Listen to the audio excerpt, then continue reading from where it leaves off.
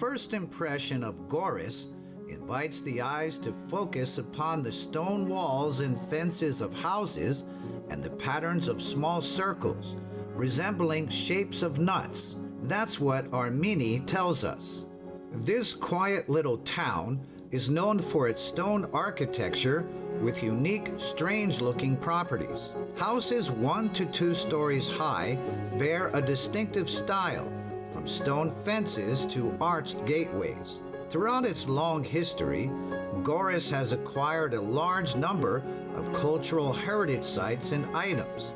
The most valuable treasure is the Old Town, which is the historic center and present-day heart of the city.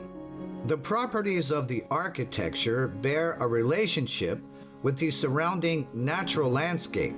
The town's architectural zones, built during the late 19th and early 20th centuries, have been listed as Armenia's most valuable heritage sites for incorporation into urban development. These architectural structures are undergoing restoration by the community and the Armenian government.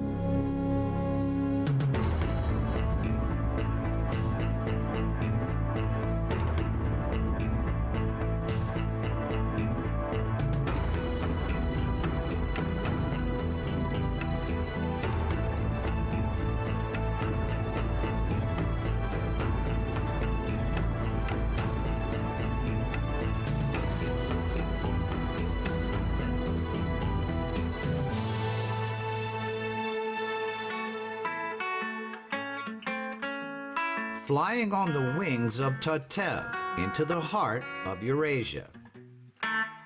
Good morning, dear guests. Now we are in Sambata fortress built in the 5th century. Unfortunately, we cannot see the whole fortress, only the wall that is remain now. We are about 2,000 meters above sea level. The fortress is called Sambata after the name of the king Sambat, like the fortress of the Sambat.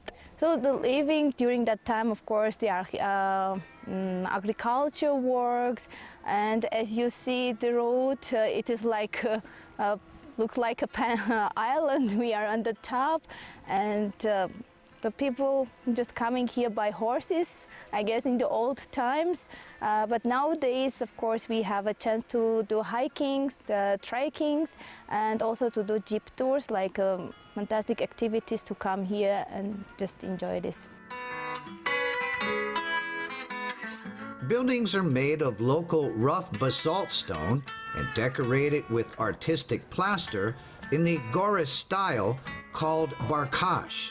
There are open wooden balconies with wooden or metallic bars.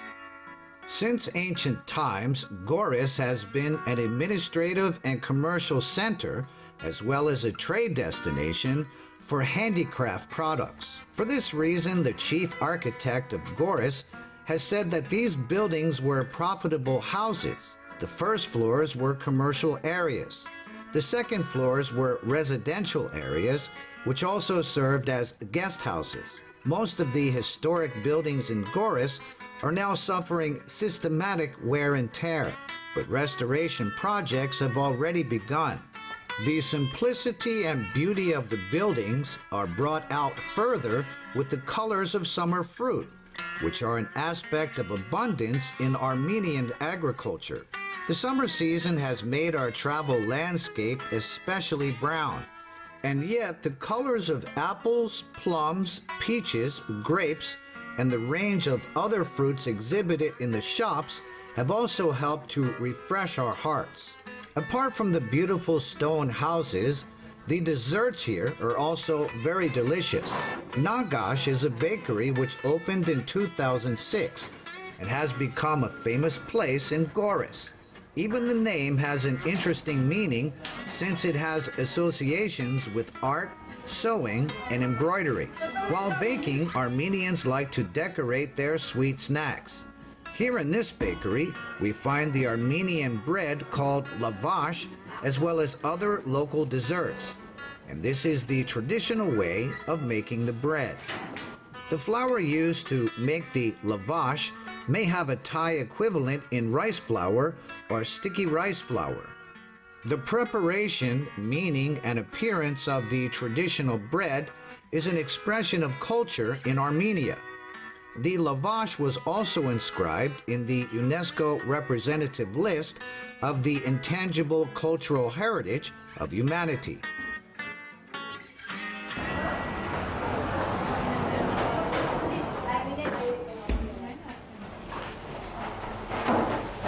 So welcome dear guests, we are in Lavash Bakery, which is located in Goris city's unique province. Here you can see the lavash, which is Armenian traditional bread. It is listed in UNESCO intangible list.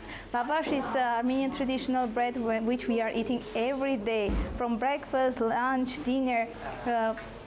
The ladies which are baking, they are baking it in a traditional style, in a tonir. The one which is made in tonir, the taste, the smell is totally fantastic. It is too much delicious. You must try it when you are visiting to Armenia. The ladies, when they are baking the lavash, during one day they can make it more than 1,000 pieces of bread. And we are keeping in a dry place. It can be dried, and later you can just put the water on it, make it softer, and eat it like a new fresh bread.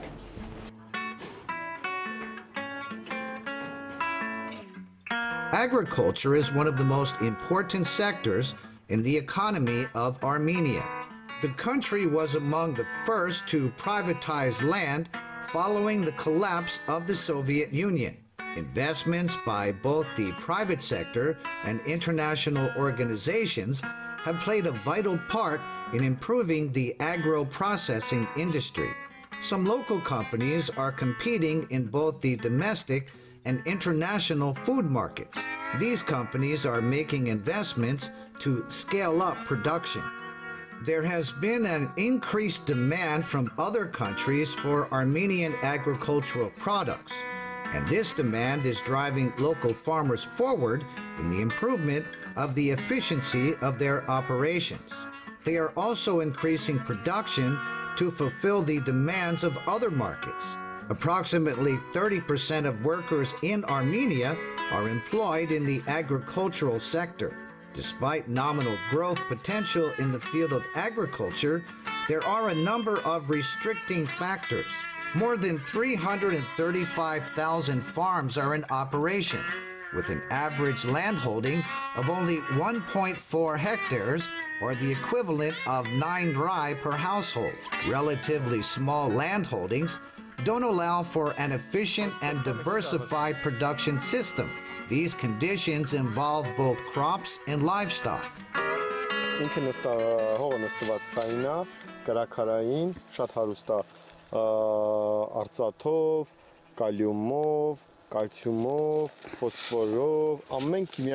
Our sand, it is full of calcium, phosphor, like silver, kalium. That's why when you are tasting the grapes, you can feel the real taste, the sweetness. Okay.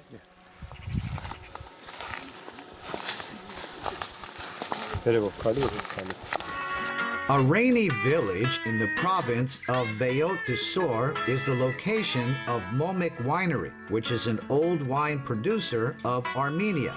Navur Gassarian and his wife Narini own a vineyard covering 2 hectares, which is around 12.5 rai. Gassarian tells us that his family has tended vineyards on mountainous and semi-desert land since his parents' generation, going back 50 years. He learned the techniques of growing grapes and winemaking from his parents. It's been 25 years since Gassarian inherited the vineyard business from his parents. He now produces wine from the grapes growing on these 2 hectares. Around 3,000 bottles of wine are produced per year. Actually, the highest number that he has ever produced is an impressive 10,000 bottles of wine per year. These neat, beautiful rows of grape-bearing vines stretch across the mountain at a length of 100 meters per row. Each row has 65 vines, and 1 hectare has a growing capacity of 21 rows. There are ladyfinger grapes for eating and victory grapes for winemaking.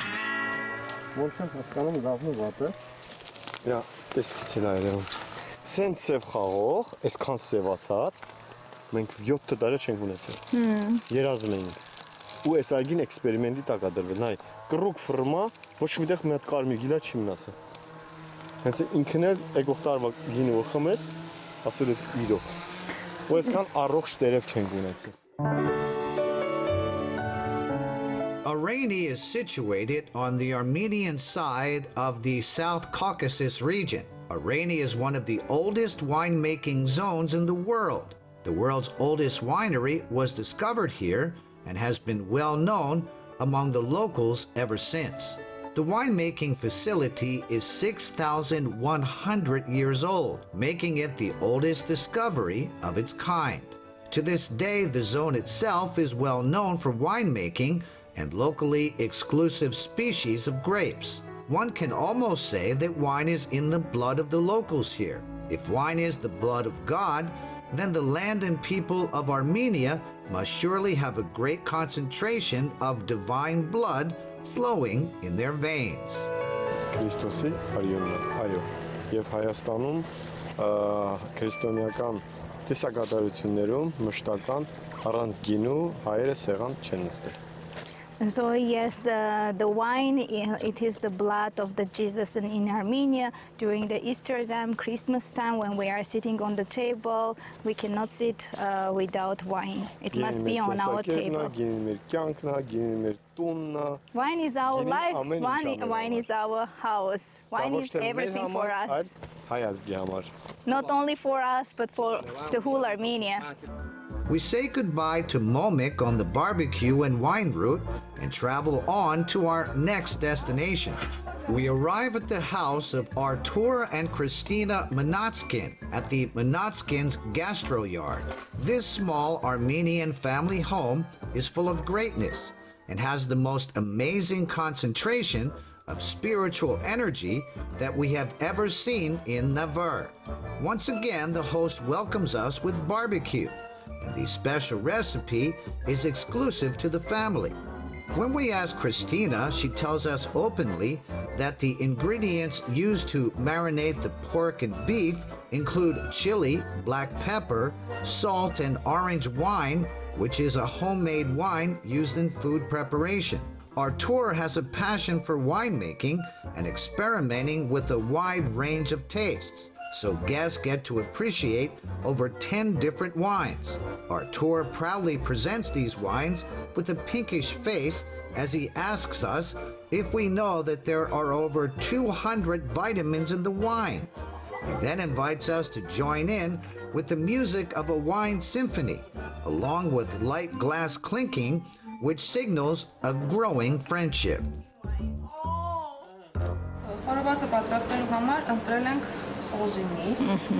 So we choose the pork for our pork barbecue that we are going to make.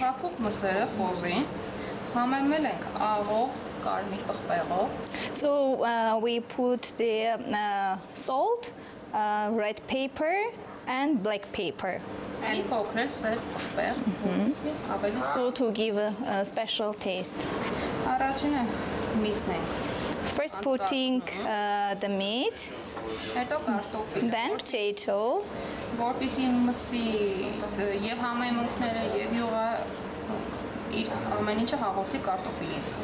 later when we are going to bake it, so the oily juice will go through the potato and give the potato also the special taste. Because sunflower oil, everybody is preferring it. If we just try to use another oil, maybe there are some people who will have a specific taste and they will not like it. In the late 1990s, after the Soviet era, wine production in Armenia began to recover slowly, not so different from Georgia. Large investments, especially in the procurement of new advanced technology and the improvement of production processes, have been made in the wine sector since the year 2000. New vineyards and wineries were established in Armenia, most of which produced wine for export purposes. From 2008 to 2011, the production increased by about 80%, standing at 6.8 million liters by 2011. In recent years, the highest production accomplishment was recorded in 2013, standing at 7.2 million liters produced in that year. Most vineyards in Armenia produce 12 to 15 tons per hectare. Armenia's wine export industry is growing at an average rate of 35% per year, so it's no surprise that wine producers like Artur and Navar are smiling to the point where their faces are actually turning pink. Summer days of happiness are quickly spent. At sunset, fountains and music in the Yerevan city square welcome us with great pleasure. It's not so different from those who have gathered here at the square, whether they are couples or families, large and small.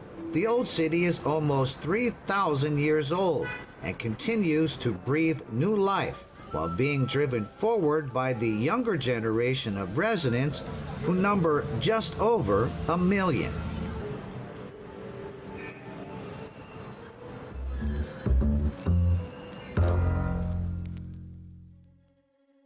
Mount Ararat stands majestically on the side of Turkey. On this trip, we want to get close to the mountain that has been identified with the mountains of Ararat and described in the Bible as the resting place of Noah's Ark. If a traveler to Armenia doesn't get to see the blue Lake Sevan and Mount Ararat, it will be like there is something missing. After a refreshing morning greeting with Ararat, we now take flight on the wings of TATEV to another place where the faithful heart of the Armenian people resides. The wings of TATEV is a 5.7-kilometer cableway between Haletazor and the TATEV monastery. It's the longest reversible aerial tramway built in only one section and holds the record for longest non-stop double-track cable car. Construction came to a completion on the 16th of October 2010. The Wings of TATEV is located in the Sayunik region, 250 kilometers to the south of Yerevan. The total ride time from Haletazor station to TATEV monastery amounts to about 12 minutes, a much shorter trip than the 40-minute ride along the steep serpentine road. The aerial tramway cabin reaches its maximum height of 320 meters before reaching the TATEV monastery complex, which is only 150 kilometers from the Iranian border. And so we can say this is like a culture center for us. It's a very important place. A lot of manuscripts were written here. Now that manuscript we are keeping in our depository, Matenadaran, in the museum, which is, we can say that TATEV monastery is the place which give us all the stories, the histories of Armenia. So it is not only monastery, but also during the many years it was used like a strategic point. So it's like a fortress from the outside when you look. They are gathering here the people, so getting protected from the enemies. Especially I would like to differentiate that column. There at the top there is a cross. It has very interesting story. During the earthquake, when some part of the domes of the church were collapsed, the only building like the column was not collapsed, and it is shakeable. When the enemies are approaching to here, the ground was shaking by horse when they riding, so the column was shaking, and the people can understand, feel that the enemy is approaching. They must be very careful and get together to protect the monastery. From the cliff on the other side, the TATEV monastery looks like a picture from an ancient fairy tale. Rather than serving as a castle, this was once a center of knowledge, education, and faith during a certain era in regional history. In the 14th and 15th centuries, the monastery hosted one of the most important Armenian medieval universities, the University of TATEV. There were contributions to the advancement of science, religion, and philosophy, reproduction of books, and the development of important forms of painting. The scholars of TATEV University contributed to the preservation of Armenian culture and creed during one of the region's most turbulent periods in history. So it comes as no surprise to find symbols, images, and the burial sites of Armenia's important philosophers here at this heritage site. The monastic ensemble was built in the 9th century. It stands on the edge of a deep gorge north of the Voroten River. TATEV has played a significant role in the country's long history as a center of economic, political, spiritual, and cultural activity. TATEV Monastery is one of the two most famous monasteries in Armenia, along with Notorvan Monastery in Veyot Disor, which we have also visited.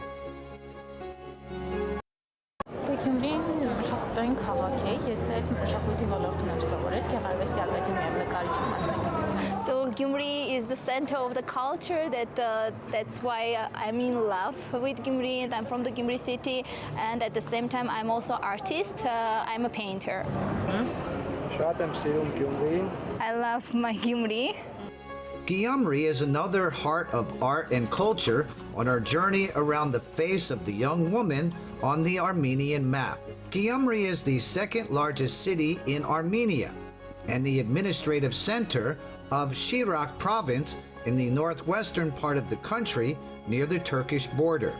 Towards the end of the 19th century, the city was known as Alexandropol since the Russian Tsar Nicholas I arrived in Gyumri and changed the name into Alexandropol in 1837. The name was chosen in honor of Tsar Nicholas I's wife, Princess Charlotte of Prussia, who had changed her name to Alexandra Fyodorovna after converting to Orthodox Christianity. In times that followed, this became the largest town in eastern Armenia, which served as an outpost for the Imperial Russian armed forces. The town even had a larger population than Yerevan and became a cultural center as well as a Russian stronghold during the Russo-Turkish War in the 19th century. During the Soviet era, Gyumri was an important center for industrial and textile production in Soviet Armenia.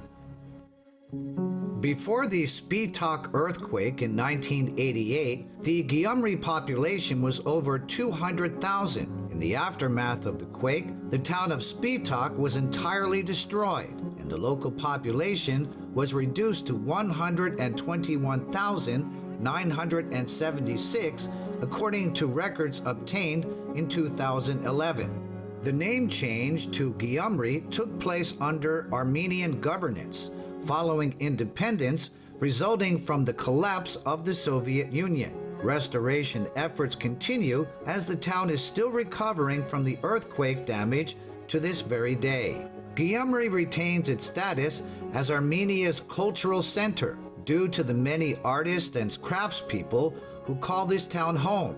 Most of the architectural structures date back to the 19th century. The town is one of the few sites in the world that has survived natural disasters but still hosts the true style of Armenian architecture. We happened to meet an Armenian artist at the famous Da Vinci bookshop and get to hear firsthand exactly why they are in love with this town.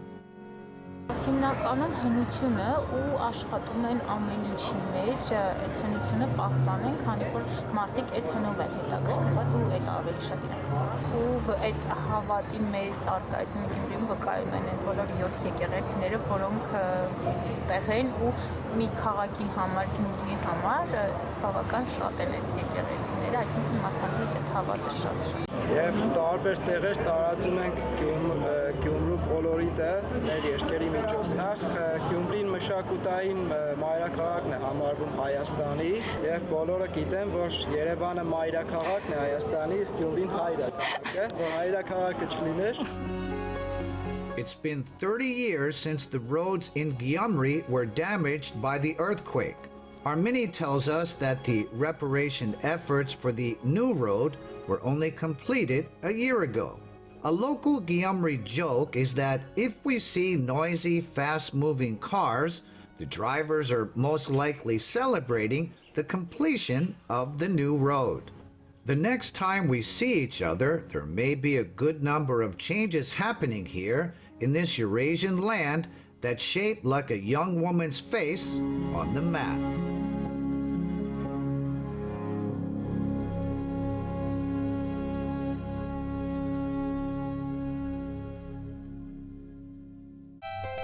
Foodwork สัปดาห์นี้นะครับจะพาไปเที่ยวสไตล์คาวบอยขี่ม้าเลาะภูเขาหาปลาริมเขื่อน